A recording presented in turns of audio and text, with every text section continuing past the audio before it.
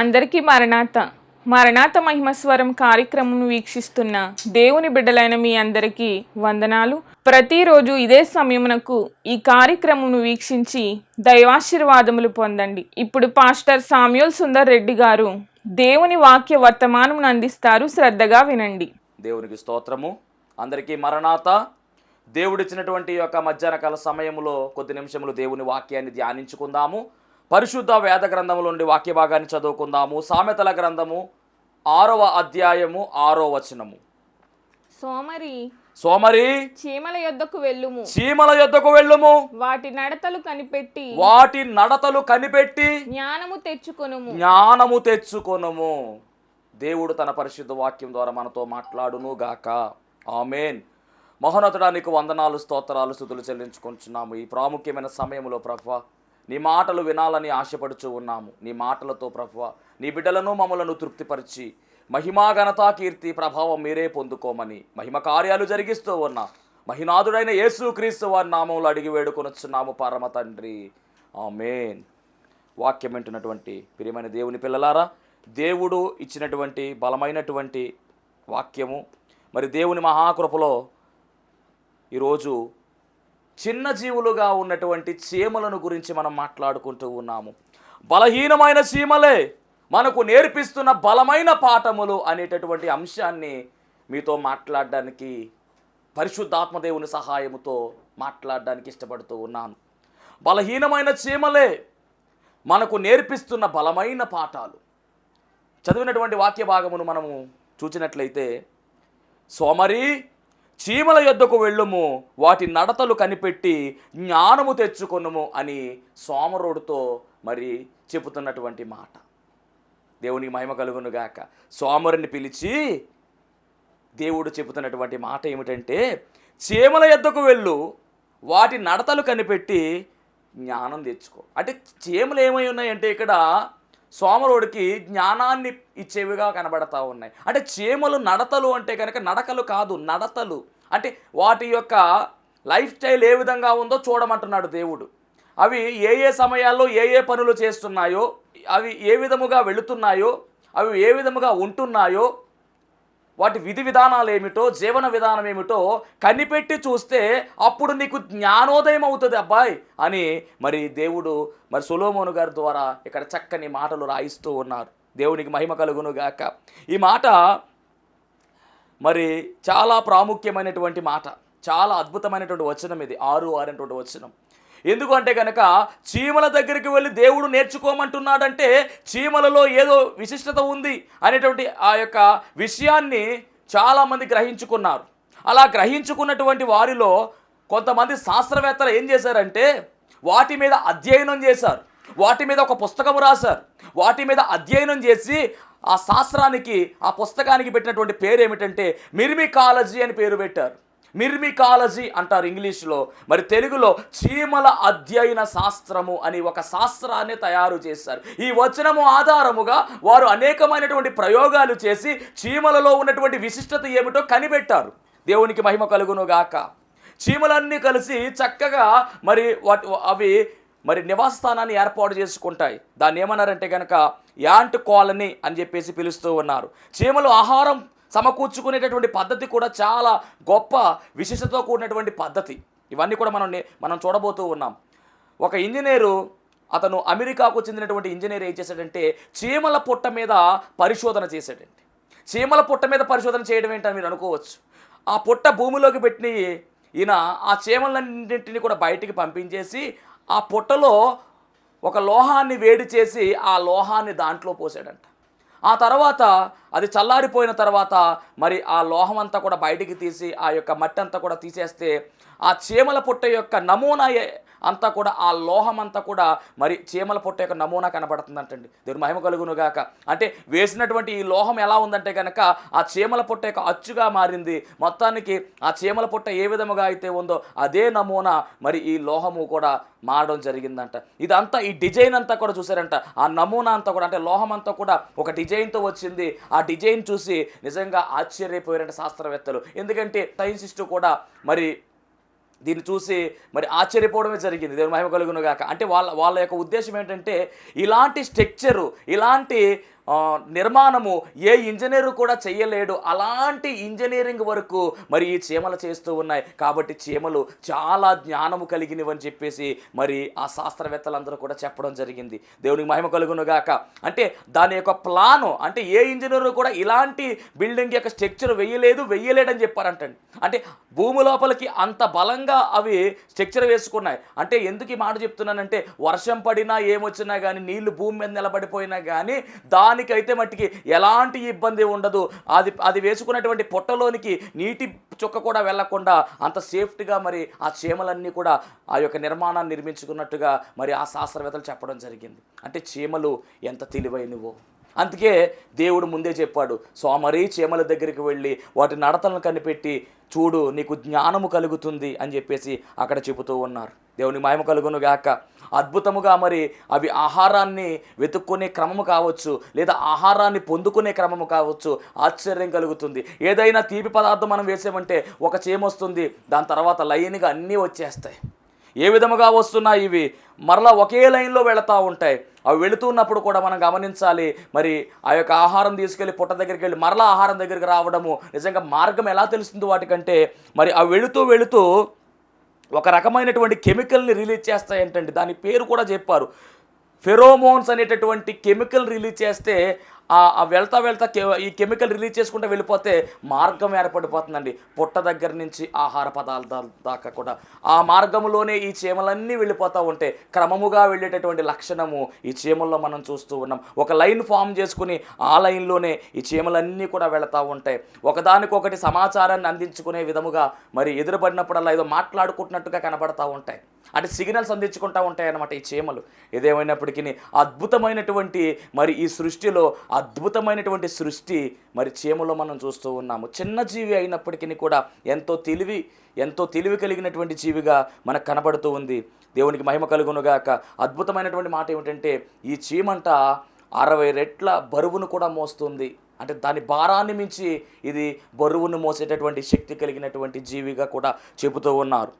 దేవునికి మహిమ కలుగునుగాక. ఇప్పుడు మొత్తానికి ఈ చీమల గురించినటువంటి కొన్ని విషయాలను మనము మరి మాట్లాడుకుందాము.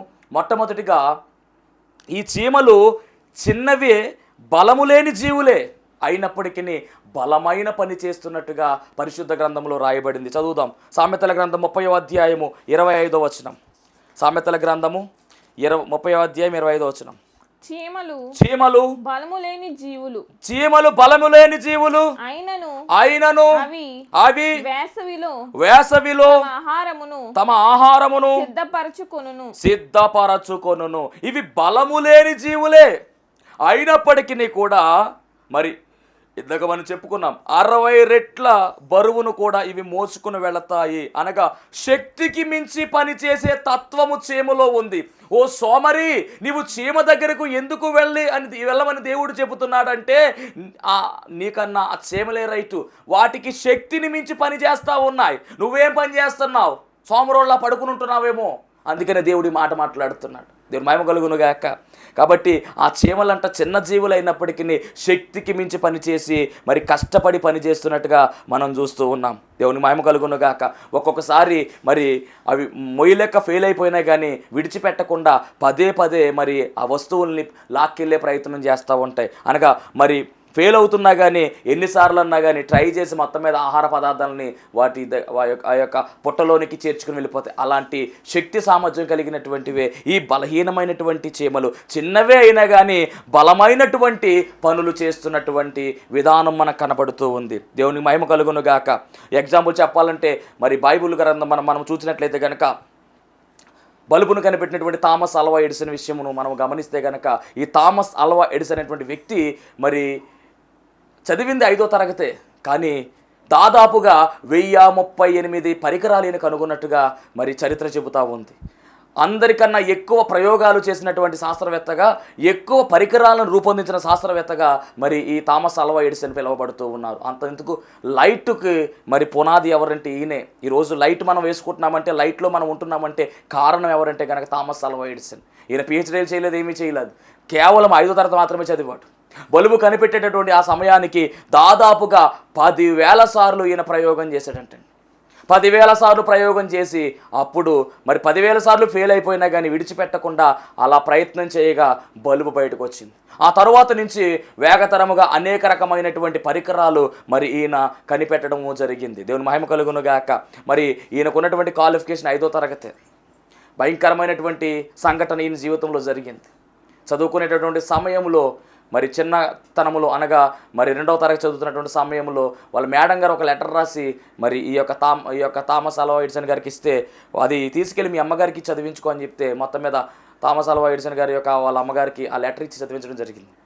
ఆమె చదివింది లెటర్, కానీ లెటర్లో ఉన్నటువంటి విషయం చెప్పకుండా ఆమె చెప్పిన విషయం ఏంటంటే, బాబు నీ యొక్క తెలివి చాలా ఎక్కువైపోయిందంట, నా దగ్గరనే చదివిస్తానని చెప్పేసి మొత్తానికి ఆ బాబుని తానే తన దగ్గర పెట్టుకుని మరి 3వ తరగతి 4వ తరగతి 5వ తరగతి ఆమె చదువు చెప్పింది, చక్కగా అతను చదువుకున్నాడు. ఆ తర్వాత మరి దేవుని కృపను బట్టి మరి ఆయన ఉన్నతమైనటువంటి స్థాయిలోనికి వెళ్ళడము, అనేకమైనటువంటి ప్రయోగాలు చేయడము, మొత్తానికి దేవుని యొక్క పరిశుద్ధ గ్రంథాన్ని ధ్యానించే విధానంలో ఆ తల్లి మరి కుమారుని నడిపించింది.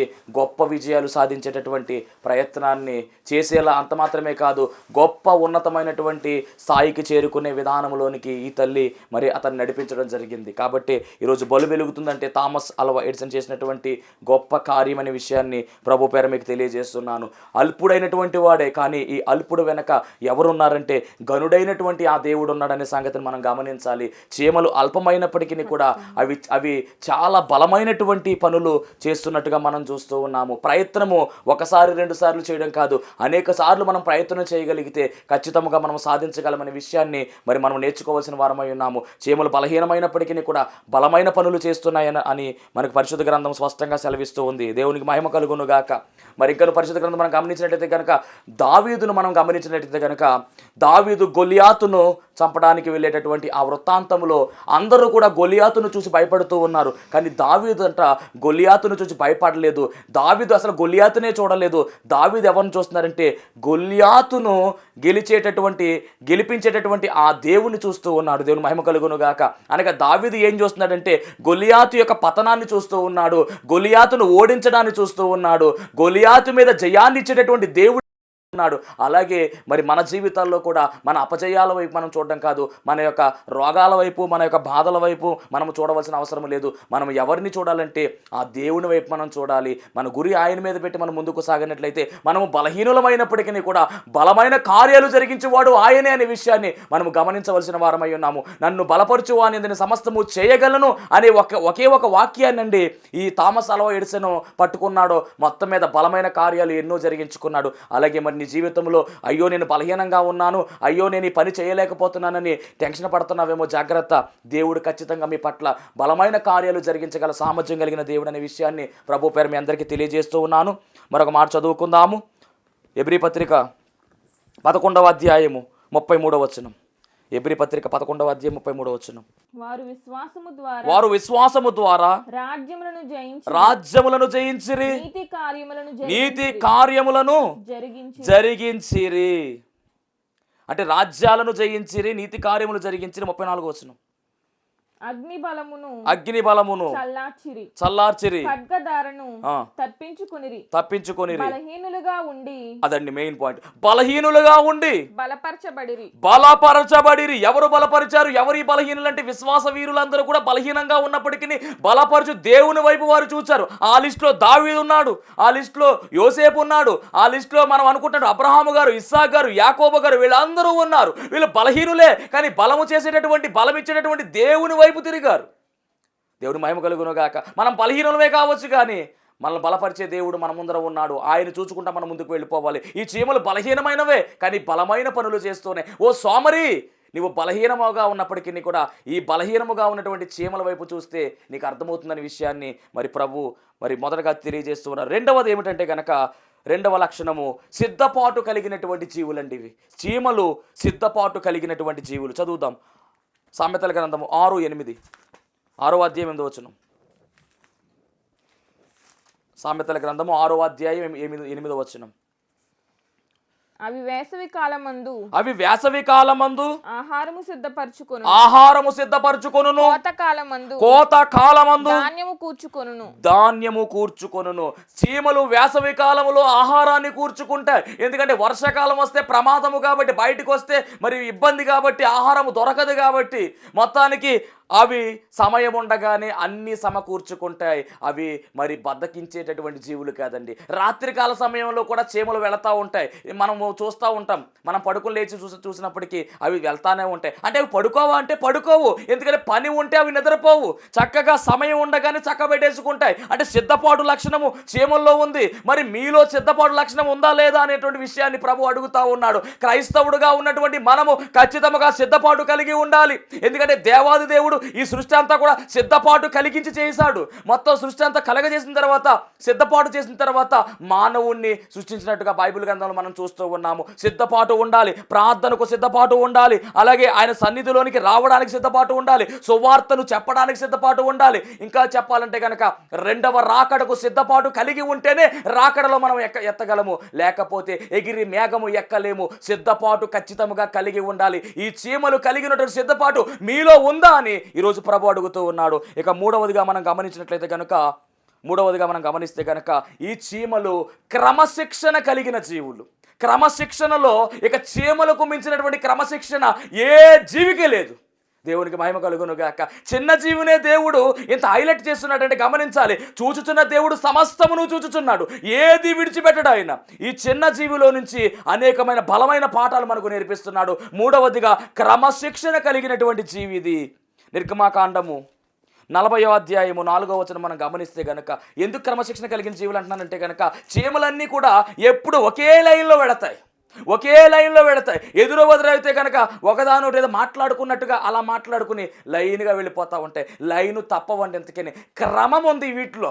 అలాగే క్రైస్తవులుగా ఉన్నటువంటి మన జీవితంలో కూడా క్రమం ఉండాలి, క్రమశిక్షణ కలిగి ఉండాలి. దేవుడు క్రమాన్ని కోరుకుంటున్నాడు. అక్రమము చేయువారులారా నా యొద్ద నుంచి వెళ్ళిపోండి అని దేవుడు చెప్తున్నాడు. ఆయనకు క్రమం అంటే చాలా ఇష్టము. మనం క్రమముగా ఉండాలి. ఆయన క్రమముగా సృష్టి కలిగించాడు, క్రమముగా అన్ని చేస్తున్నాడు.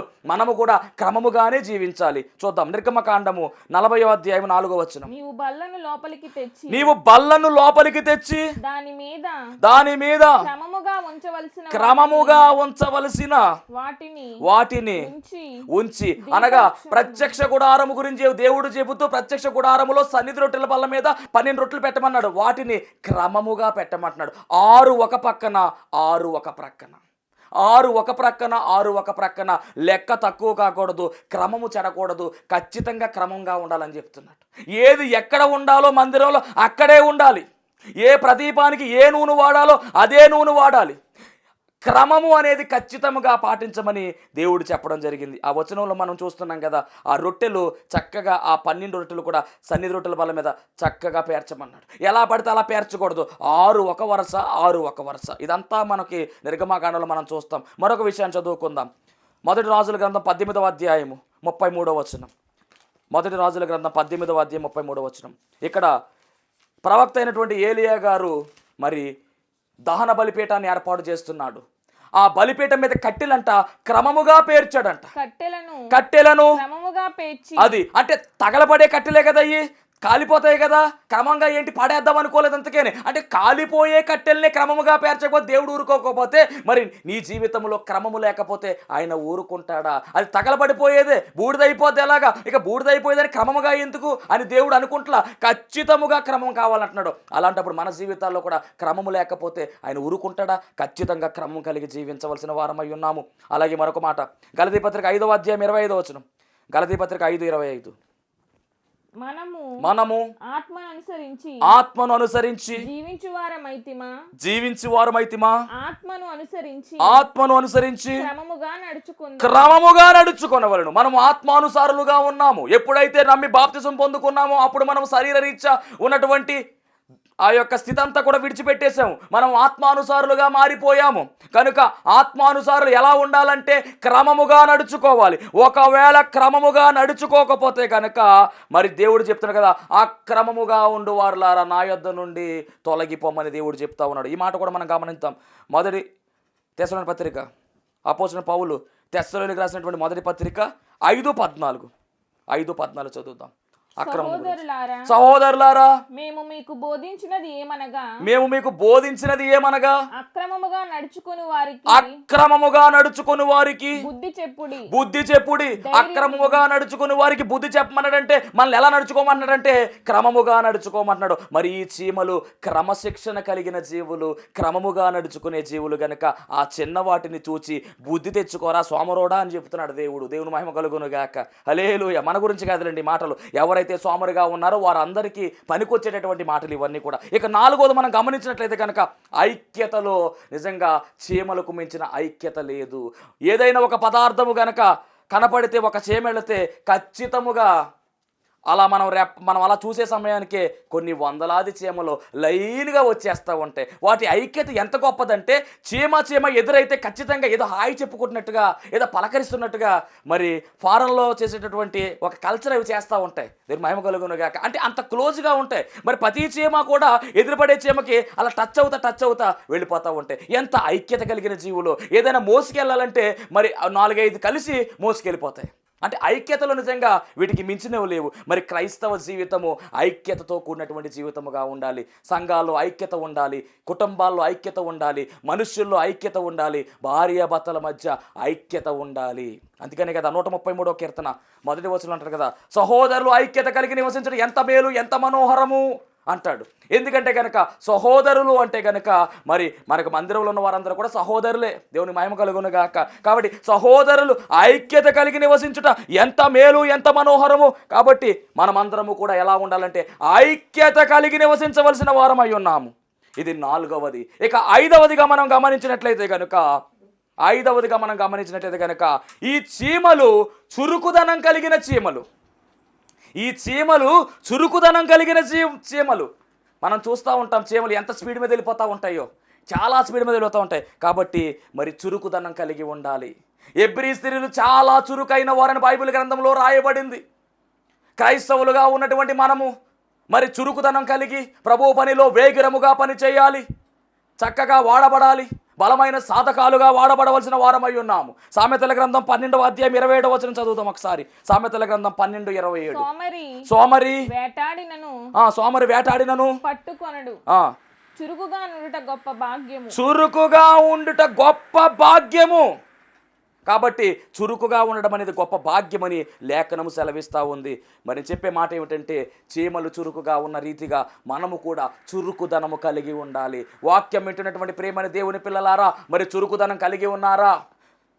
చురుకుదనం కలిగి మనం ముందుకు సాగవలసిన వారమై ఉన్నాము. ఇక 6వదిగా మనం గమనించినట్లయితే కనుక ఈ చీమలు సమయమును పోనీయక సద్వినియోగం చేసుకుంటాయి. చీమలు సమయాన్ని పోనివ్వకుండా సద్వినియోగం చేసుకుంటాయి. ఈ మాటను మనం చూసినట్లయితే కనుక మరి సామెతల గ్రంథము 30వ అధ్యాయం 25వ వచనం. 30:25. చీమలు బలము లేని జీవులు అయినను అవి వేసవిలో సిద్ధపరచుకొనును. కాబట్టి మరి సమయాన్ని పోనివ్వకుండా ఆహారం దొరికేటటువంటి ఆ సమయంలోనే ఇవి ఖచ్చితముగా సిద్ధపాటు చేసుకుంటాయి. మరి వాక్యం వింటున్నటువంటి ప్రేమైన దేవుని పిల్లలారా, సమయాన్ని పోనిస్తున్నారేమో జాగ్రత్త. సమయము చాలా విలువైనది, టైము చాలా విలువైనది. మరి అయిపోయినటువంటి కాలాన్ని మనం వెనక్కి తీసుకురాలేము. ఒక సెకండ్ కూడా మనం వెనక్కి రాదు. కాబట్టి జరిగిపోతున్నటువంటి కాలం విషయమే చాలా జాగ్రత్తగా ఉండాలి. దేవుడు లెక్క అడుగుతాడు. ఆ సమయాన్ని మనం సరిగా సద్వినియోగం చేసుకుంటున్నామో లేదో గమనించవలసిన వారమై ఉన్నాము. ఈరోజు మనం ప్రాణాలతో ఉన్నామంటే ఈ సమయాన్ని దేవుడు మనకిచ్చాడంటే ఈ సమయాన్ని దేవుని కొరకు మనం వాడగడుగుతున్నామా లేదా అన్న విషయాన్ని మనం గమనించవలసిన వారమై ఉన్నాము. దేవునికి మహిమ కలుగునుగాక. సమయమును పోనివ్వక సద్వినియోగం చేసుకోమని పరిశుద్ధ గ్రంథము స్పష్టంగా సెలవిస్తూ ఉంది. దేవునికి మహిమ కలుగునుగాక. మరి ఇవన్నీ కూడా ఈ చీమలో ఉన్నటువంటి లక్షణాలే. ఇంకొక మాట ఉంది, పట్టుదల కలిగినటువంటి చీమలు అంటండి ఇవి. అంటే ఏదైనా కూడా సాధిస్తాయి. ఒక పదార్థాన్ని తీసుకువెళ్ళాలంటే ఒక్కో సమయంలో గోడెక్కే సమయంలో పడిపోతూ ఉండొచ్చు. అయినప్పటికీ మరలా ప్రయత్నం చేసి ఖచ్చితంగా సాధిస్తాయి. మరి మానవ జీవితంలో కూడా పట్టుదల అనేది ఖచ్చితంగా కావాలి. ఎందుకు ఈ మాట చెప్తున్నానంటే యాకోబండి పట్టాడు కాబట్టి ఇశ్రాయేలుగా మార్చబడ్డాడు. ప్రార్థనలో పట్టు ఉండాలి, ఉపవాసములో పట్టు ఉండాలి, దేవుని పనిలో పట్టు ఉండాలి. ఏది కూడా మనం వేలాకోలంగా తీసుకుని చేయవలసినటువంటిది కాదు. ఒక పట్టుదల కలిగి దేవుని పని అంటే మనము పట్టుదల కలిగి ముందుకు సాగవలసిన వారమై ఉన్నాము. ప్రార్థన చేస్తున్నామంటే కనుక యాకోబు వలె మనం పట్టవలసిన వారమై ఉన్నాము. ఏదో మామూలుగా జరుగుద్దిలే అనేటువంటి కానీ ఖచ్చితంగా దేవుణ్ణి మనము ఆయన పాదాలు పట్టుబట్టి మనం అడగవలసిన వారమై ఉన్నాము. మరి ఈ చీమలు విడిచిపెట్టే జీవులు కాదండి, పట్టుదల కలిగినటువంటి జీవులై ఉన్నాయి.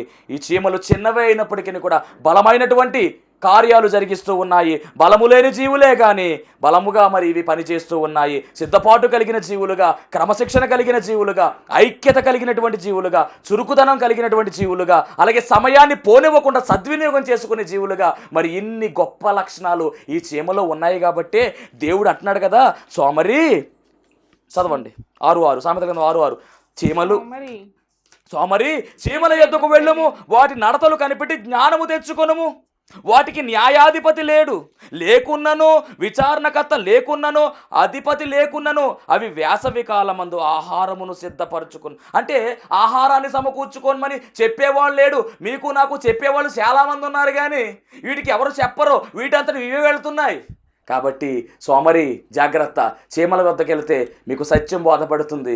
మరి అవి ఏ విధంగా నడుచుకుంటున్నాయో మనము కూడా ఆ విధముగా నడుచుకుంటూ ఆ దేవుని యొక్క దైవాశీర్వాదం పొందుకునే ధన్యత దేవదేవుడు మనందరికీ అనుగ్రహించును గాక. ఆమేన్. మహోన్నతుడా నీకు వందనాలు, స్తోత్రాలు ప్రభువా. బలము లేనటువంటి జీవుల నుంచి ప్రభువా బలమైనటువంటి విషయాలు మీరు మాతో మాట్లాడి ఉన్నారు దేవా, నీకు వందనాలు. సరి చేసుకోవాల్సినటువంటి ఇవన్నీ మేము సరి చేసుకుంటూ తండ్రి నీకు మరింత చేరువయ్యే ధన్యత భాగ్యము నీ బిడ్డలకు మాకు దయచేయమని, మహిమ కార్యాలు జరిగించమని యేసు నామములో అడుగుచున్నాం పరమ తండ్రి. ఆమేన్. మరణాత. ఇప్పటి వరకు దేవుడు అనుగ్రహించినటువంటి చక్కని వాక్య సందేశాన్ని ఆలకించిన మీ అందరికీ కూడా ధన్యవాదములు. ఈ కార్యక్రమము మరి మీకు నచ్చినట్లయితే, ప్రభువు గనక మిమ్మల్ని ప్రేరేపించినట్లయితే కనుక ఖచ్చితముగా మరి ఈ కార్యక్రమానికి స్పాన్సర్ చేయవలసిందిగా ప్రభు పేరు తెలియజేస్తూ ఉన్నాము. ఎవరికైనా కనుక ప్రార్థన అవసరతలు ఉన్నట్లయితే మరి స్క్రీన్ మీద చూపిస్తున్నటువంటి నెంబర్కి ఫోన్ చేయండి. ఖచ్చితంగా మీ అందరి కొరకు అనుదినము ప్రార్థించడానికి మేము సిద్ధముగా ఉన్నాము. దేవుడు మిమ్మును మీ కుటుంబాలను బహుగా ఆశీర్వదించును గాక. ఆమేన్.